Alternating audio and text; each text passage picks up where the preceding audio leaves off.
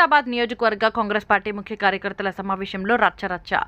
ఖైరతాబాద్ నియోజకవర్గ కాంగ్రెస్ పార్టీ ముఖ్య కార్యకర్తల సమావేశంలో ఖైరతాబాద్ కార్పొరేటర్ విద్యారెడ్డి, గానం నాగేందర్ వర్గీయుల మధ్య ఘర్షణ వాతావరణం చోటు చేసుకుంది. జీహెచ్ఎంసీ ఎన్నికలను దృష్టిలో ఉంచుకొని నియోజకవర్గ స్థాయి కార్యకర్తల సమావేశాన్ని బంజారాహిల్స్లోని లేక్ వ్యూ బంజారాలో నిర్వహించారు.